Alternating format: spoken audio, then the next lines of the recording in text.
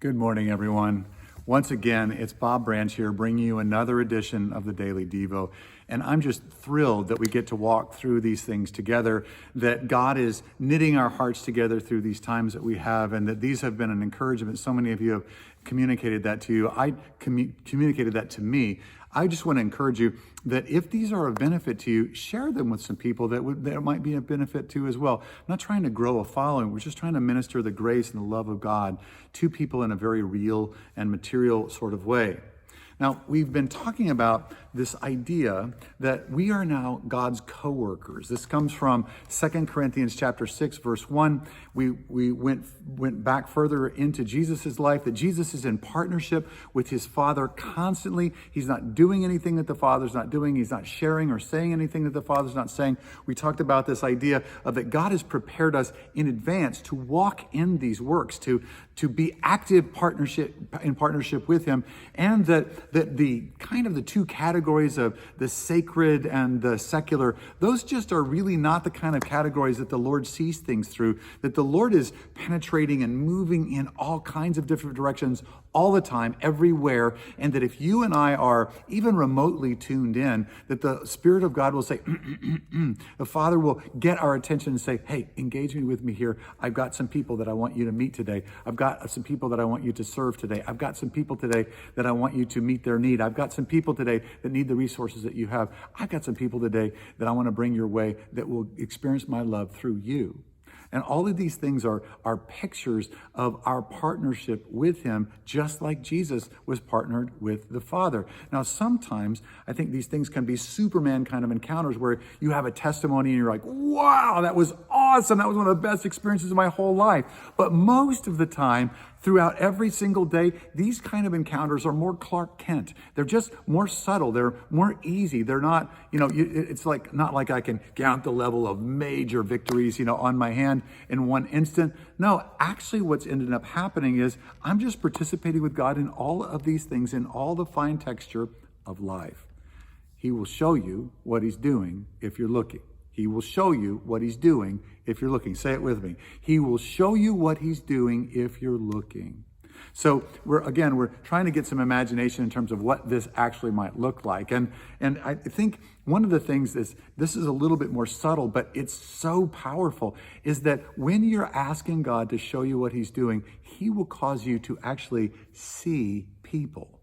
Not see physical bodies, but see persons and histories and narratives and brokenness. But you see a person, that I see you. And it's amazing how our world is so depersonalized, that people are so alienated from each other, and that in this highly individualized, hyper-individualized society that we live in, that so frequently what ends up happening is we don't realize how depersonalizing it is. And so when you see people in a personal way and engage them and you look them in the eye, it does something to him. And you see that Jesus is doing this, and it was the same in his time, where he looks someone straight in the eye. He looks a leper, the leper that comes to him in Matthew chapter 8, and the leper says, Lord, you can make me clean if you want to.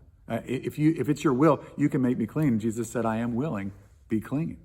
And Jesus looks at him and touches him and engages him. He sees him. He sees the little children. When the parents want him to touch him, the disciples are like, get these little kids out of here. And Jesus is like, no. Let the little kids come to me. I see them. I see them as people.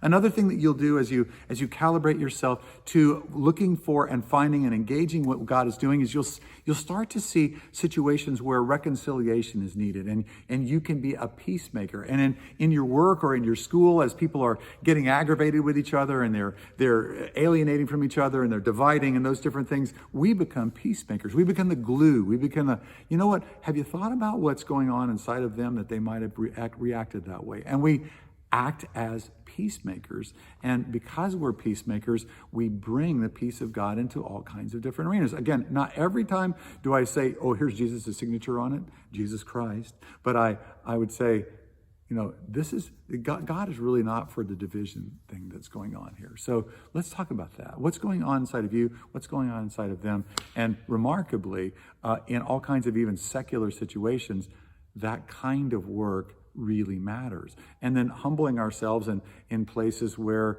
things have gotten broken and maybe we've participated in it, but it's not really all our fault. We humble ourselves and we go back and we build a bridge. Another thing is there'll be opportunities to share your story. If you ask God to give you opportunity to share your story, it's amazing how he will set things up where somebody will just say, gosh, I've never been through this kind of thing going on in my life right now. And you will have gone through the exact same thing. And the Lord will have rescued you, or you got saved at this moment. And the Lord will provide, and he'll serve up opportunities to share your story. Then entered Jesus, and then everything changed in my life. I didn't know him. And then he came into my life, and these particular things that were so wrong, that were so broken, that were so whatever that they were, that Jesus came in and he put me on the right road on this. Maybe Jesus is reaching out to you right now, maybe in this situation that you're in. Or maybe you just need to share your testimony of how you became a Christian, and that's relevant in that. But I want to tell you, story is so powerful that just opening up your life, and not just sharing kind of the very high view, but opening up your life to somebody and saying, hey, this is what, I know what this feels like. I felt like this before.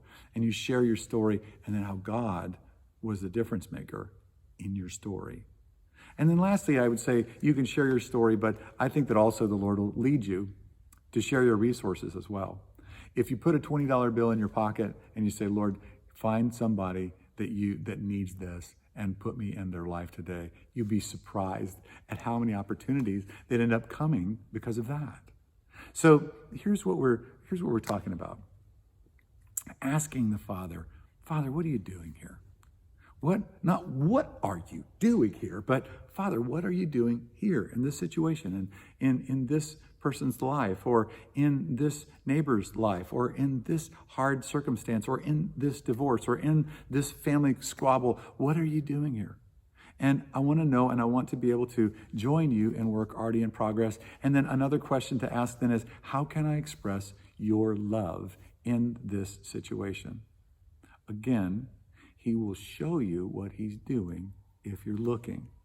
And that brings us to the end of this fourth segment of God's coworkers. Think about these things. Let these things gestate inside of you, because I believe that seeing yourself as God's coworkers and then engaging life in this way, this isn't something that you just do on a Sunday morning and then on Monday you just go back to your same lifestyle that you've had the whole time. That's just not how this works. This is a complete reorbiting of your life. This is how Jesus worked. This is how Jesus said it would work for you. It will work for you if you begin to corral your life and ask God for grace to steer yourself in his direction this way. He will help you because he wants you in this, because he wants to change this world, our world, through you, through this means, as God's coworkers. You are a coworker working together with God. I love you. I'm so grateful that you're joining me in this journey. I'm praying for you. And until next time, thanks so much for tuning in.